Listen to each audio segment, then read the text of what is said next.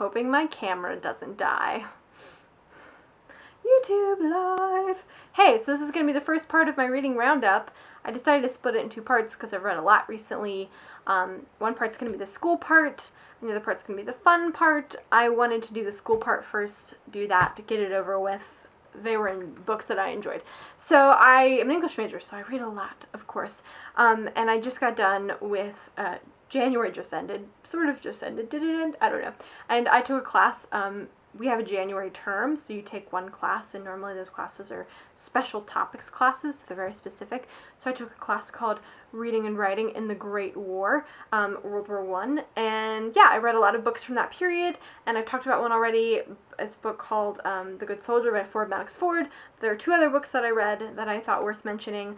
One was The Return of the Soldier by Rebecca West. This book was published in 1918. It follows a man coming back from the war. He has shell shock, meaning in this case he has pretty severe amnesia and he cannot remember about 15 years of his life.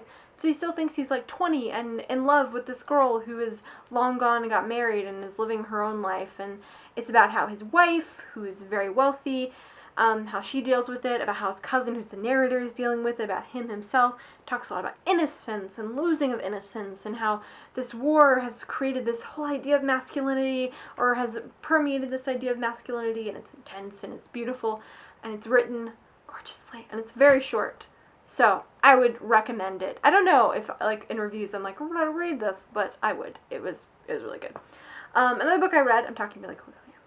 Another book I read was W. Somerset Maugham's The Razor's Edge, which was published in 1944 or 48.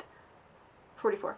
This is a book indirectly follows this guy named Larry. Larry is an American soldier who fought with the Canadians in World War I. He's a young man. He's having this existential crisis, so he travels all across Asia and Europe trying to find himself, find his God, whatever that means for him. And it's about his friends and his family. And it has this, again, this sort of outside narrator. I don't know if I said that, but the last book also had an outside narrator who's involved in the story, but also not very involved in the story. In this case, it is basically W. Somerset Maugham, or a characterization of him. But it's about Larry's spiritual journey, most notably, and about how the people in his life deal with it, and the people who he loves deals with it. It's a really pretty, in my personal opinion, I found it fast-paced for a book written in 1944. It's enjoyable and interesting and definitely gives you a perspective on how people, or at least British and American people, their perspective in some ways about Eastern culture, which was something that a lot of male, specifically writers of this period, were quite obsessed with. So it was really good. I really liked it. I thought it was very impactful. This current semester, I'm taking two really interesting classes. One is called Women in Asia and Africa, and we're reading memoirs, mostly, about women in Asia and Africa, and we read a book that I loved, and I was like the only person in my class who really loved it. It was called Bound Feet and Western Dress by Peng Mei and Natasha Chang. I probably said that wrong, but it's about Yui, who is her Peng Mei, Natasha Chang's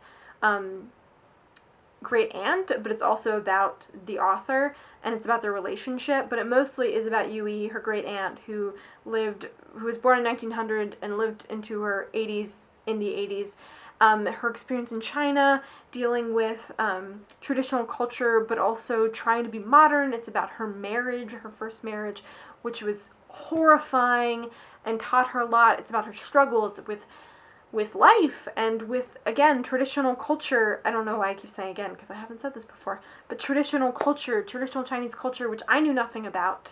I mean, other than, like, what you see, the Disneyfication in Mulan or whatever, but it was incredibly interesting and beautiful and made me cry a few times, and the narration is great, and she's such, like, this amazing woman who had this amazing life, and who did really cool stuff, and was both a modern woman and also a woman who still had very deep roots into Chinese culture. And it talks all about Bound Feet, which I didn't know that much about, which was horrifying and interesting. So please read this. It was so good. It was such a good memoir. I really liked it. And again, it was really short. And then finally, the last book I read for class was Dorothy L. Sayers' Strong Poison. I'm taking a mystery and chemistry class.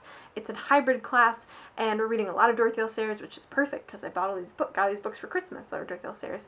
I'm also potentially writing a research grant about Dorothy L. Sayers. If you want to hear about that sometime, we can do a boring video about that.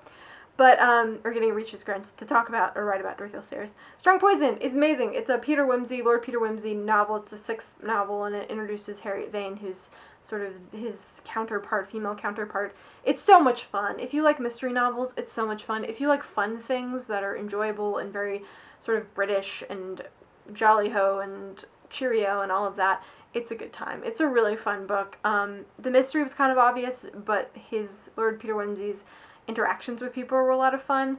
I really enjoyed it. I thought it was great, and I like the fact that even though he creepily asks Harriet Vane to marry him, I'm going to spoil that. Anyway, it's a fun book. I really liked it.